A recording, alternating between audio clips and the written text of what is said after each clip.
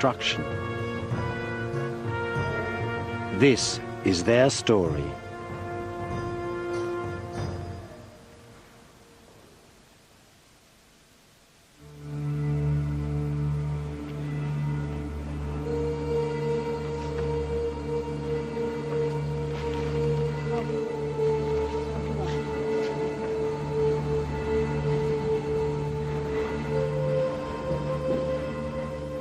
This is the heart of the ancient palace of the popes of Rome.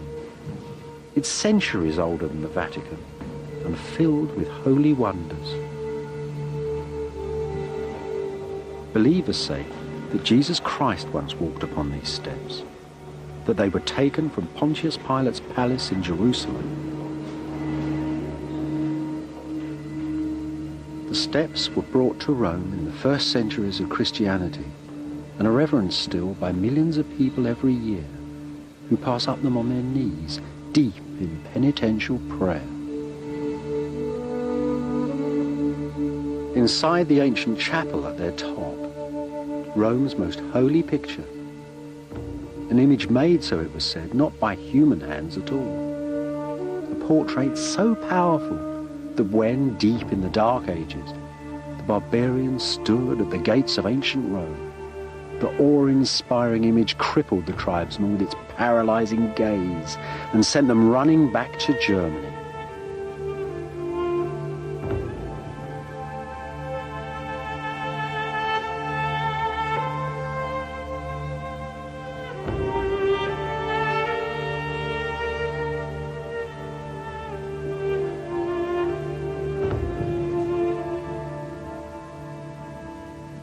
Painting's entirely encased in silver. The nearest you can get to it is that little face on the top, which is actually painted on linen and lays right on the ancient panel. And that type of face, a round one with dark hair, is probably the nearest you can get to an authentic portrait of Jesus. The original was said to have been painted on the walls of Pontius Pilate's palace by the first Christians. The real painting, underneath, it's been entirely washed away 1,000 years ago. That doesn't matter, really. This is more than a picture. It is literally a window into heaven, a link between divinity and the earth. The Romans call their painting the Acheiropita, an ancient Eastern word that means a picture made in heaven. It was actually made in the 7th century in the Empire of Byzantium, part of a standard set of pictures of the people of the Bible. All those images come from the East. They're our most basic images of kings and gods and governments, of heroes and mothers and villains, all those types we take for granted. And their story of how they got from the East to the modern West is an astonishing tale. They've come through fire. It's a story of blindings and hatreds and the light of faith. It's our story, and it's a part of the story of Byzantium too.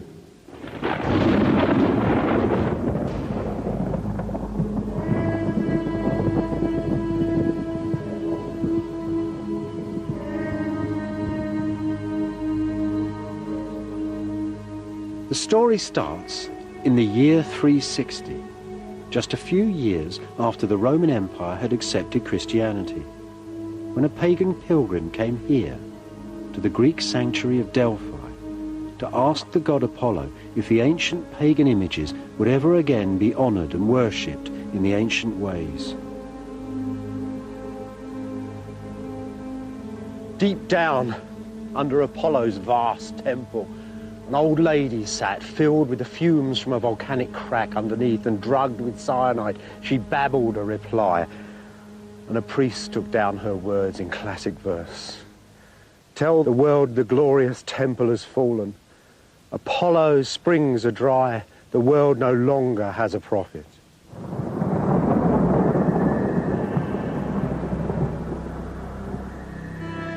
Using the signs and symbols of the ancient gods, Apollo's priest had just announced the ending of the pagan world.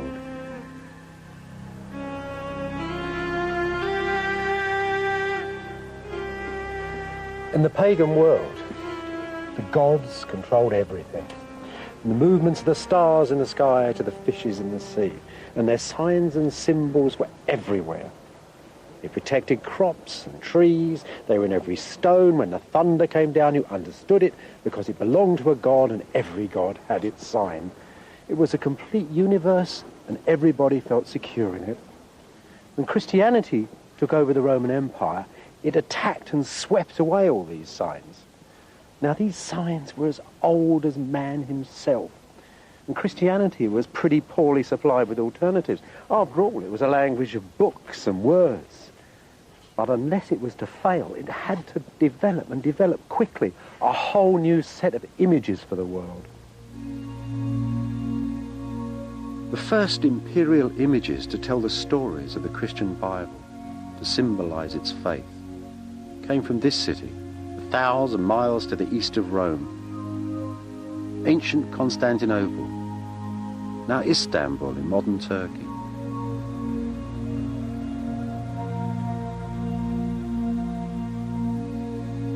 The Emperor Constantine the Great dedicated this column when he founded Constantinople in the year 330. From that year on, the city stood at the heart of Constantine's vast empire, the first Christian state, master of the greatest cities the world had ever seen, Alexandria, Antioch and Rome, and the capital of the brand new empire of Byzantium. From the very beginning, Constantinople really sizzled. New religion, new state, new government, everything here was up for grabs. Amazingly enough, we have a good idea of how it felt to be alive inside this city, and at just this time in history. It's a 1,500-year-old press photo. Not on film, though. It's on ivory. There's the pulp of the poor old elephant's tusk. The Byzantines imported ivory from India and from Africa. This probably came from Africa because it's so enormous. Would have come, of course, through Egypt, up through the empire to Constantinople. The Byzantines loved ivory. They thought it had a texture like living skin. This, then, is the only glimpse we have of life in Constantinople in about the year 420. It's a procession. 2 priests are carrying the bones of St. Stephen of Jerusalem on a royal carriage into the imperial palace of Byzantium. The mighty emperor Theodosius II is walking with his ministers and soldiers right through the center of the city. Theodosius' procession would have passed up this very street. This is modern Istanbul. In those days, in the 5th century, it was called Constantinople. We're walking between the docks and the ancient center of the city. I suspect it was much the same in those days, but there would have been thousands of people watching the emperor on his way to the palace. Do you know, these processions, especially at that time, were a very tense affair. These sort of cities, these great classical cities, were 1,000 years old. But the Christian bishops that ran them were starting to look at them with brand new eyes. The times really were a-changing. They saw the rich on the way to church to tend to their souls, kicking beggars out the way by the doors of the church, children mutilated by their parents to make them look more pitiful. And they saw the rich women walking, they said, with 1,000 meals swinging from their ears. And they didn't like what they saw. The Christian bishops wanted a moral city, a sexless city, a pure city, and a more equitable city too. So that, perhaps, is why the emperor isn't sitting in his carriage, but walking in the street and carrying a candle with his courtiers. And the bones of a poor man from Palestine are riding in the royal coach.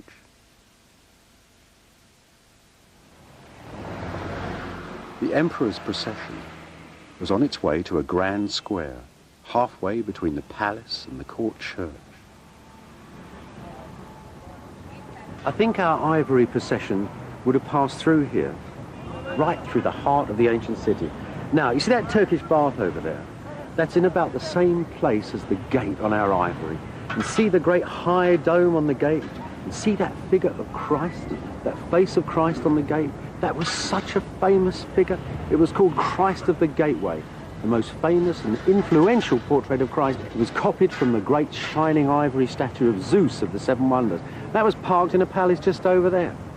Now, think of our procession moving along. You see, they're going past this great portico, 3 high stories of it, people peering out arches, looking down, swinging their incense, pleased to see the saint arriving in the city to make the New Jerusalem, joining heaven to earth.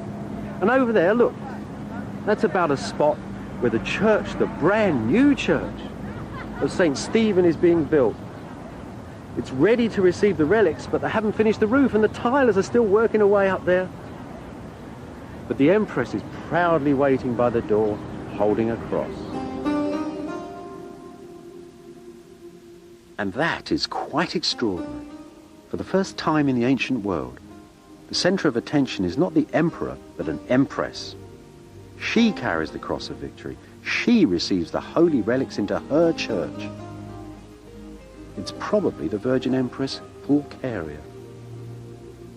In that most ancient language, signs and symbols, the little ivory is telling us about an ancient revolution, and one that still affects the world today.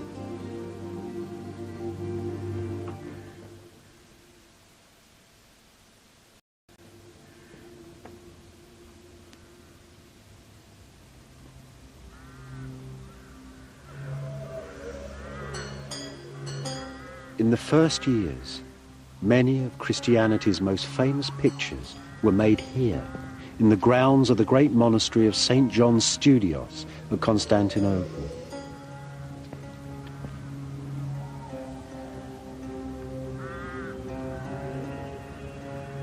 These monasteries were Pulcheria's holy battlegrounds, the places where she conjured up the sacred images and metaphors with which she waged her earthly arguments.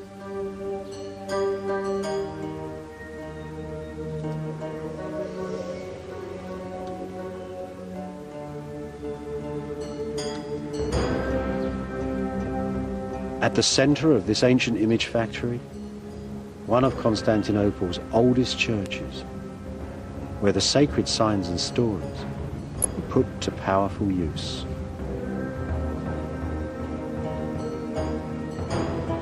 Imagine that it is Easter, April the 15th, 428, and that this nice new church is filled with all the nobles of Constantinople, men downstairs, women upstairs in the galleries.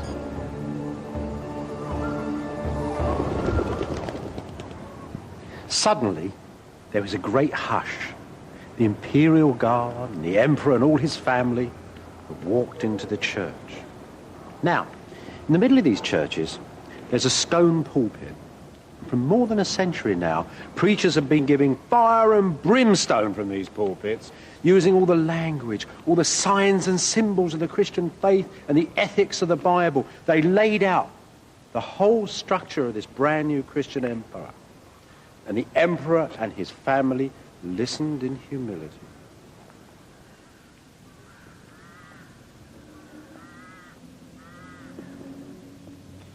Right on this line here, there was an altar rail.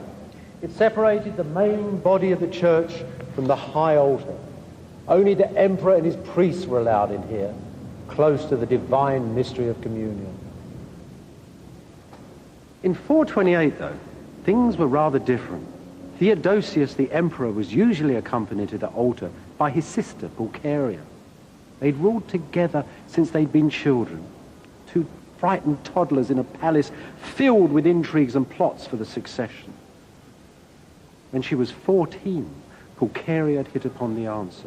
She dedicated an altar to her own virginity and to the rule of the emperor. From that moment on, they ruled a strange, sacred couple like Joseph and Mary, and there were no plots for the succession. It had also given Pulcheria a unique role within the church. On that particular Easter day, though, things turned out rather differently. Pulcheria's way to the altar was barred by the new Patriarch of Constantinople, one Nestorius. He said that only men could enter the sanctuary. Pulcheria was aghast. Her new role as a virgin had projected women in a different way. She was as pure as gold, she said. She had kept herself as soft as fleece to receive the Holy Spirit. Have I not given birth to God, she cried. Nestorius, though, was a man of the old school. He preferred to see women as the daughters of Eve, that unfortunate lady who dabbled in snakes and sex and sin. You, he said to Pulcheria, have given birth to Satan. And there you have it, really. The three roles of women laid out in the early Christian church. Sinners, virgins, and mothers. By opening the debate, Pulcheria not only advanced the role of the Virgin Mary and women in Byzantium, but defined the role of women in Christendom forever.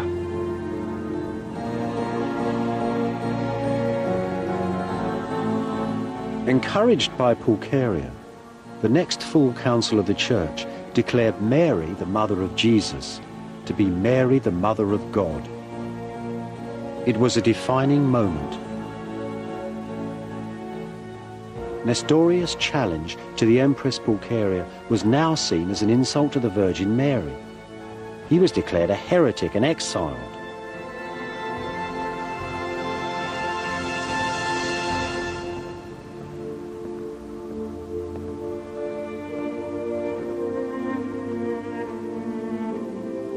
Thanks to Pulcheria, the family of the Emperor of Byzantium had become a mirror image of the Holy Family in the court of heaven.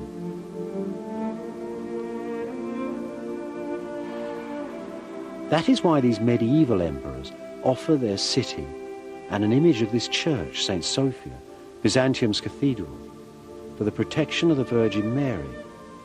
Christ's mother is their mother too.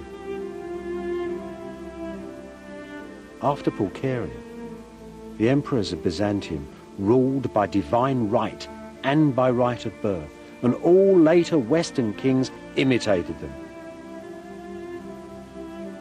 Pulcheria had cast that spell of power and sanctity that still surrounds the offices of government today. She'd also changed the way that men saw women and women saw themselves.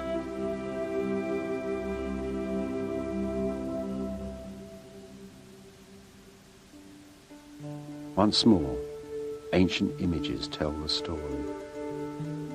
Pagan Greeks and Romans loved public displays of sexuality inside the city. They seemed to hold the force of life within them. They gave assurances of immortality. The Christians, though, had gazed upon eternity. Just as they destroyed the pagan temples, so they attacked the pagan body image. Byzantine preachers said that the silent power of nakedness threatened anarchy within the family and the state, and it was covered up.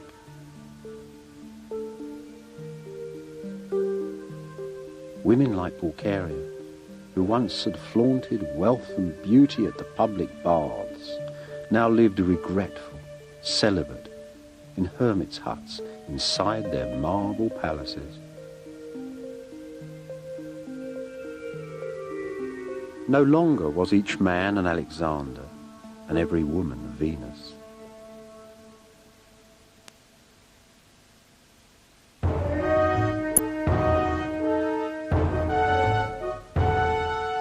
Right through the empire, the cities of Byzantium were filling up with Christian piety.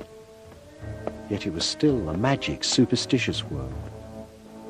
A world, too, where those who knew the will of God held quite enormous power.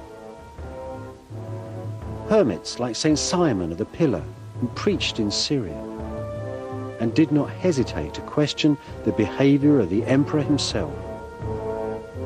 Since you have become arrogant, O Emperor, and since your heart has forgotten the Lord your God who gave you the imperial crown and the imperial throne, and since you have become a friend of the feckless, faithless Jew, then know this: soon you will face divine judgment, and then you will raise your hands to heaven and moan. Impiety, then, brought down the wrath of God. Piety, on the other hand, brought prosperity, good government, and victory too. The preachers kept their eyes on the great cities and on the countryside as well. For the people who fed and fueled Byzantium were also at the mercy of the Lord.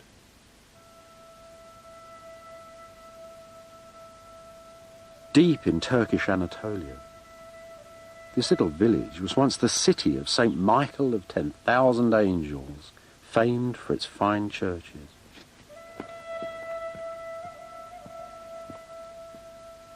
In Byzantium's countryside, life was on a knife edge between prosperity and starvation, between flesh and the devil. Magic stones still eased the pain of reaping and of childbirth. Magic images, half cockerel, half snake, all dressed in armour, still kept the evil eye at bay. Byzantium was built on the memories of this pagan past, sometimes even from the same old stones.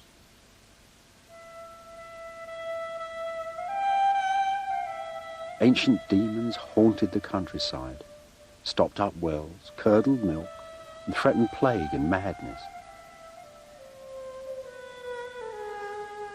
Many saints were really doctors, ministering to a madness born of holy terror.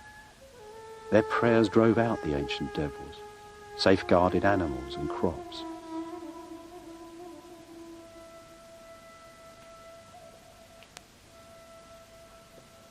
For archaeologists, of course, such goings-on are very hard to excavate, yet sometimes there are clues to them, still lying on the swelling earth.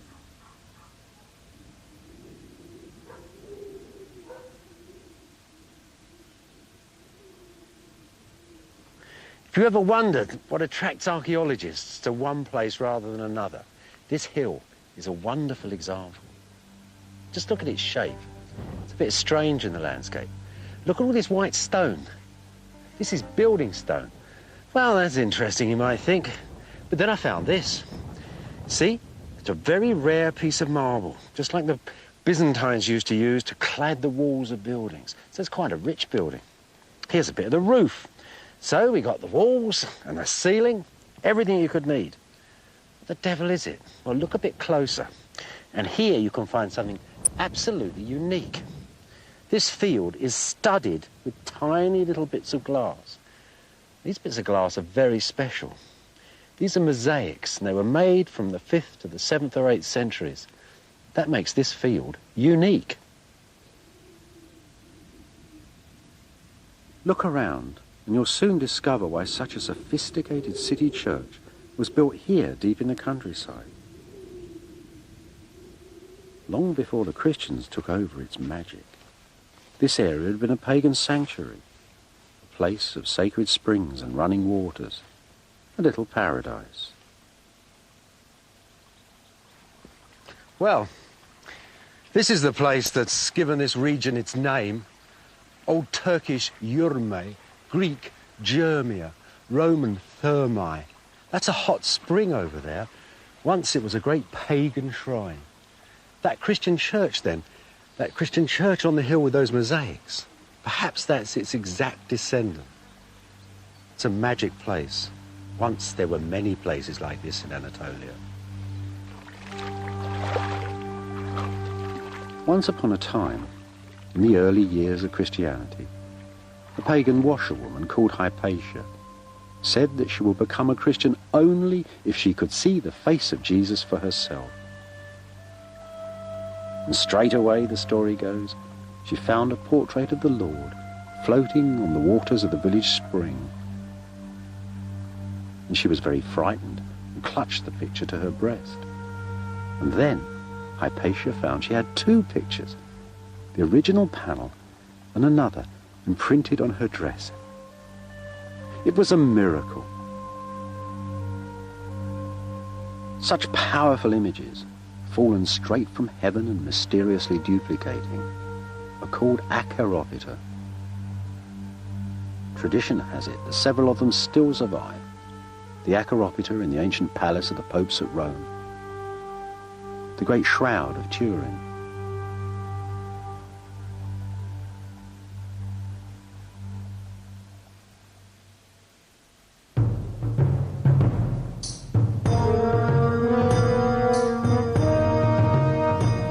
In the 6th century, Hypatia's panel painting became Byzantium's battle icon, a picture to paralyze the enemy with a terrifying gaze. With such miraculous signs and symbols, how could the Byzantines ever lose? Yet lose they did, and with that loss, Byzantium and all its signs and symbols were forever changed.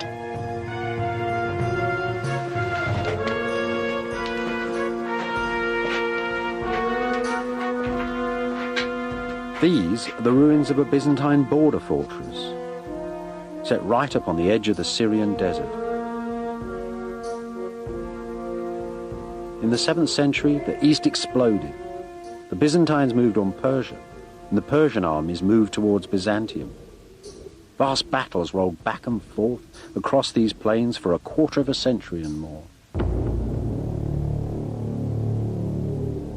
These magisterial armies with their gold and silver and their standards and their generals and all the panoply of ancient war. And at the end of it, all of Persia was destroyed and all of Byzantium had been sacked except one city, that of Constantinople. And at the same time as this tremendous battle was going on, small tribes were infiltrating up through the empire. One of them brought bubonic plague. It was so bad in Constantinople that 10,000 people a day died from it. The bodies were piled in a fortress, and a terrible smell of death hung over the city.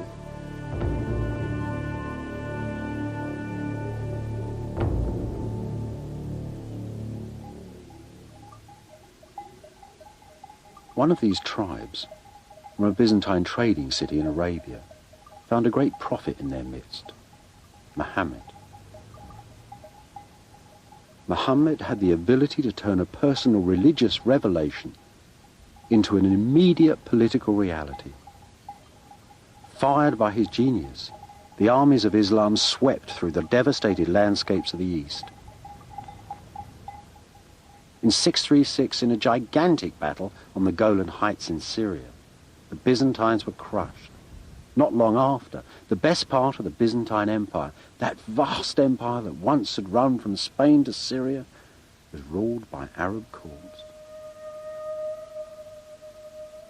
At the same time, the nation of the Slavs had broken through the northern Byzantine defences on the Danube and were raiding south, down into Greece and even threatening Constantinople. Old Byzantium was completely broken. An ancient way of life was coming to an end. The story of the Syrian city of Apamea could serve for 100 others.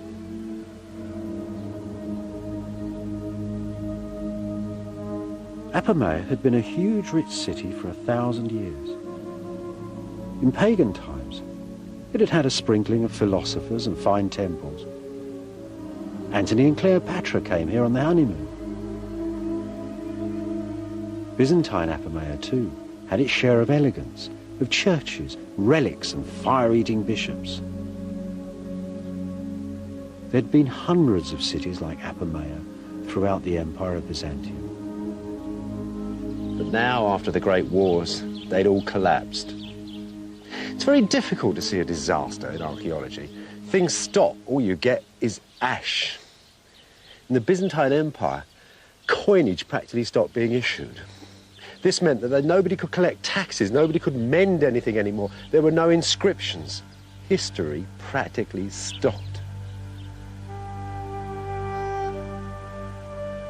After the 7th century, the survivors came back into the ruins and started to build little houses and small fortresses amongst the great spines of the broken cities.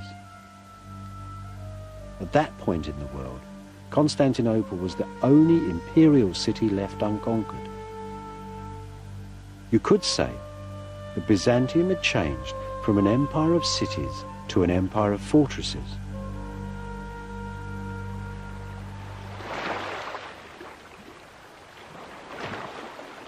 Much of 7th century Constantinople must have looked like this. Old Monemvasia in southern Greece. The city's walls protected refugees from the lost empire, soldiers, craftsmen, landowners. Its churches were filled with images from 10,000 distant shrines. Its open squares and public highways were choking up with curving lanes and little alleyways. The scale of life had changed completely. People now stayed by the family fireside, read books in silence by themselves, cultivated their souls, engaged in clandestine love affairs. Even patterns of eating and drinking changed. Take bread, for example. Corn in Constantinople largely came from Egypt. After the Arab invasions, there was no corn from Egypt. No free bread handouts, first time in hundreds of years. Worse than that, the wheat that came from the north actually tasted different, but it rose like modern bread. And that's really where the modern loaf starts, I think. But it wasn't just the food you eat, it was actually the way you ate it. Ancient people had sat on couches and been served by slaves. They didn't really have knives and forks, there was nowhere to put them. Now, with chairs and tables, people were sitting down so that the great classical spoons were filed down to make a little fork which you could prod the food. Pretty soon people would be cutting their own food up with knives. Other changes too. With the loss of Syria to the Arabs, practically all the olive oil trade dried up. So you had to light your house with candles. They were quite expensive. Not so many fry-ups either. There were more boiled foods now from the north. Northern foods called more for beef than pork. The northerners too brought different clothes with them. Byzantium was cold. People took up wearing trousers for the first time. And those tough guys from the north with their long hair began to be copied by the Byzantines. If you want to look cool and groovy and wild, you look like a northerner. The old classical world was disappearing. Behind the high stone walls, there was uncertainty and stress and fear. And in the age-old way, Byzantium expressed this change of mood with the signs and symbols of its faith.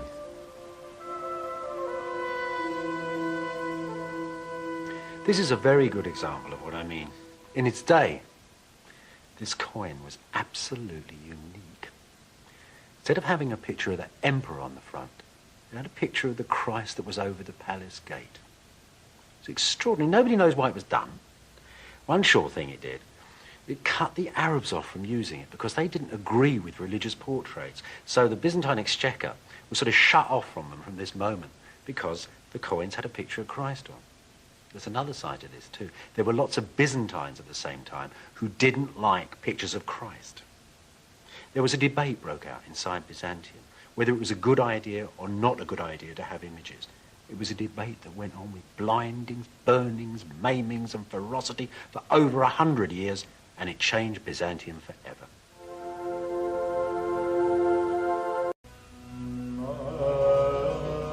By the 8th century, after the invasion of Byzantium, Constantinople, the ancient capital, stood at the centre of a gathering storm. The storm called iconoclasm, which means quite literally the destruction of the images.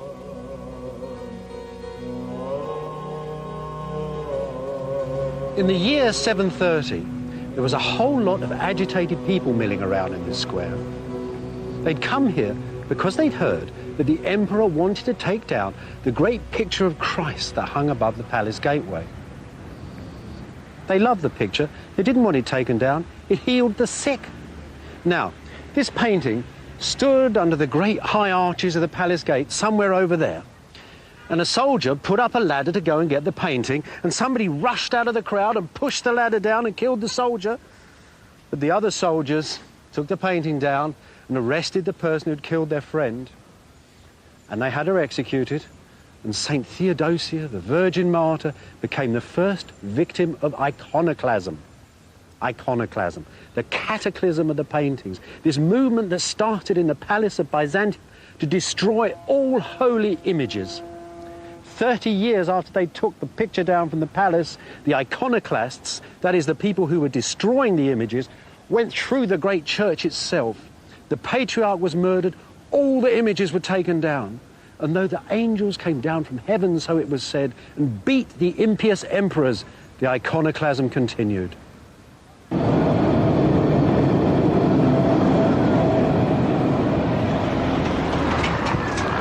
Glass mosaics were pounded into dust, books were ripped apart, wooden panel paintings chopped into pieces, and the blood of the holy images, so it was said, soaked the clothing of the iconoclasts. It wasn't only little things either. The monuments of the city were actually covered in images. This, for example, was part of a great milestone that stood at the center of the city. The emperor decreed that the sacred image of the Virgin that it contained should be scraped away and a picture of his favorite charioteer put up in its place. What on earth was going on? Part of the dark mystery of iconoclasm was actually solved a few years ago in the Vatican Library by the study of this old book. Now this book, well, it was clearly more than 1,000 years old, but the text in it was twice as old as that and more. This is called Ptolemy's Handy Tables, and it was written in ancient Alexandria in Egypt, and it describes all the passages of the stars and the sun and the moon through the sky. What was so remarkable about this copy of it was not simply its beauty, but also the fact that it had been written at the height of iconoclasm, right at that burning beginning when every image in the churches were being destroyed. Now the key of this book, and the central image of it, is this beautiful plate in the front. And it shows you, it's a sort of a diagram from the most ancient world of astrology. There's the zodiac signs around the edge, all those wonderful old signs, all added together to make a sort of cosmos. And in the middle, this iconoclast artist has actually painted Apollo, the sun god. This is the ancient Greek world. It revolves around the sun. And there's Apollo in his chariot sailing through the sky. Isn't that extraordinary? These pious emperors who think so deeply and so hard about Christianity put Apollo in his chariot at the center of the universe. Why do you think they've done that? The truth is, of course, this man is interested in these old pagan values. He's thinking of luck. Charioteers, his favorite charioteers, ran races and won them in the center of Constantinople. The charioteers brought luck and victory to his city, and that's what these iconoclasts wanted. They wanted a pure Christianity, but they wanted that most ancient virtue, luck.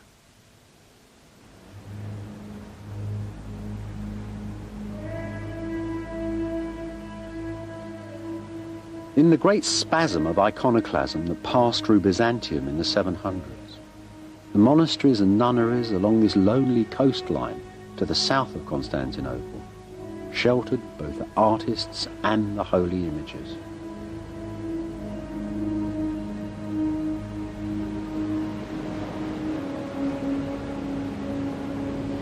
The battle for the icons ebbed and flowed throughout Byzantium like a summer storm. But you know, those pictures never really left the people. They were too much beloved. The monks really fought for them. The monks of the great imperial monasteries of Constantinople, the monks that lived here in this idyllic land along the coast of Marmara, they died for those pictures. There were icons too, even in the royal palace. The ordinary people liked them. The people in the royal family liked them. Constantine V's own son was married to a girl from Athens called Irene, who kept icons in the palace. Now, Irene was an interesting lady. She wanted the icons back. And when her son finally became emperor in his own right, she took him back to the room where he'd been born, a room of shining porphyry, and had him blinded and restored the pictures. That terrible story of Irene wasn't the end of the iconoclasm.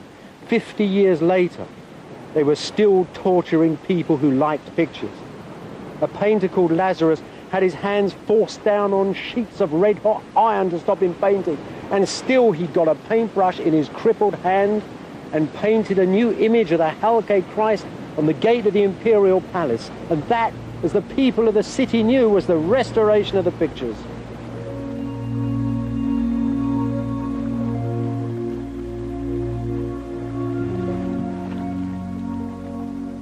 In the year 867, on the 29th of March, the Patriarch of Constantinople, one Photius, dedicated the first pictorial mosaic in the church of St. Sophia,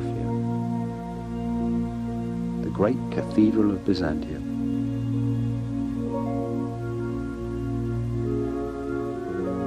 Beside it, in mosaic, was a single sentence.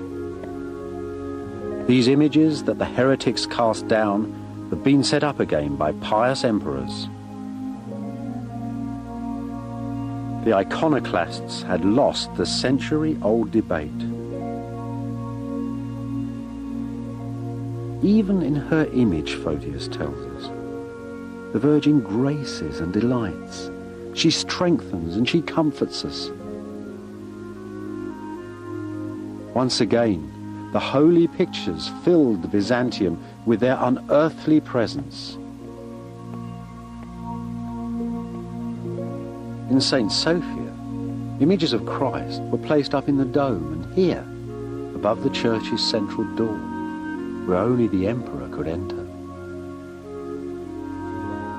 Not the favourite Western image of a mortal Christ impaled in time upon a cross, but the old familiar figure from the palace gate, Christ of all time and of all places, Christ, Lord of the cosmos.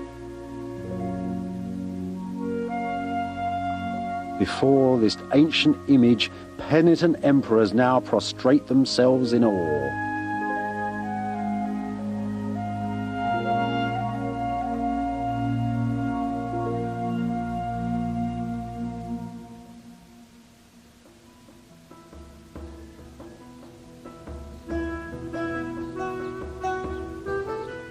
Not long ago, there was a better ending to this story. Here, in the ancient walled city of Nicaea, close to Constantinople. In the first years of Byzantium, the Christian creed had been written in this pretty little city, and approved here too, by the first council of the church. Over the following centuries, Nicaea had filled with little churches. One of them, a miniature St. Sophia, decorated with mosaics that celebrated the return of icons after the iconoclasm. Now, though, you can only see the glittering scenes in old photographs. The triumphant angels, the exquisite Madonna drawn over the shadow of the iconoclast's plain cross. All of this was blown away in the Greek and Turkish wars of 1922, and each side still blames the other. How is it that people can show such tremendous ferocity, such quiet beauty, such passive images? Well, I think it depends upon the way you look at pictures. You see, that Virgin that stood here in the nave of this church, like the one in St. Sophia, wasn't like a Western picture. It wasn't just a picture of a woman in a blue dress sitting on a chair with a sacred baby. It wasn't like a record of an event. These pictures were actually intended to actually take part of the identity of the Virgin, part of the eternal cosmic identity of the Virgin. Something was there at the beginning of time and there at the end of time, and you had it in your church. As every little icon, every little picture throughout the empire refracted these bits of holiness throughout the empire. The emperors didn't want that. They wanted to gather all that dispersed holiness around their own person in the city, along with the sacred relics inside their palace, just as they collected the taxes. So they wanted that power to themselves. But the Byzantines came from one of the most ancient cultures of the Middle East. The people wanted their images. So the triumph of the pictures, you might say, is really a compromise. The emperor gets his sacredness, his divine power, and his taxes in Byzantium, and the people get their pictures. The compromise is the most indelible aspect of the Byzantine identity.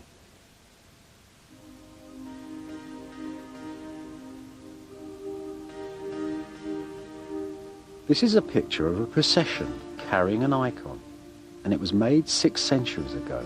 in the last years of Byzantium. It gives a precious glimpse of Constantinople's most famous image of the Virgin Mary, painted, it was believed, from the life by St. Luke himself.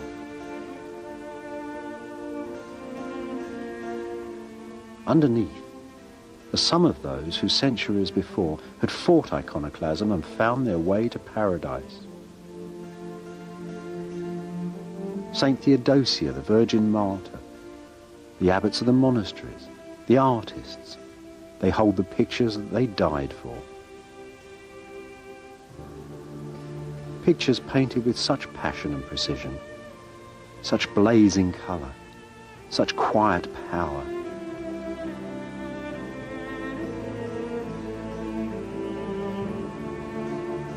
They say that on the last night of Byzantium, on the evening of Monday, the 28th of May, in 1453, just hours before Constantinople fell to the armies of the Turks, that the Virgin came down into her city for the last time and took her picture back to heaven.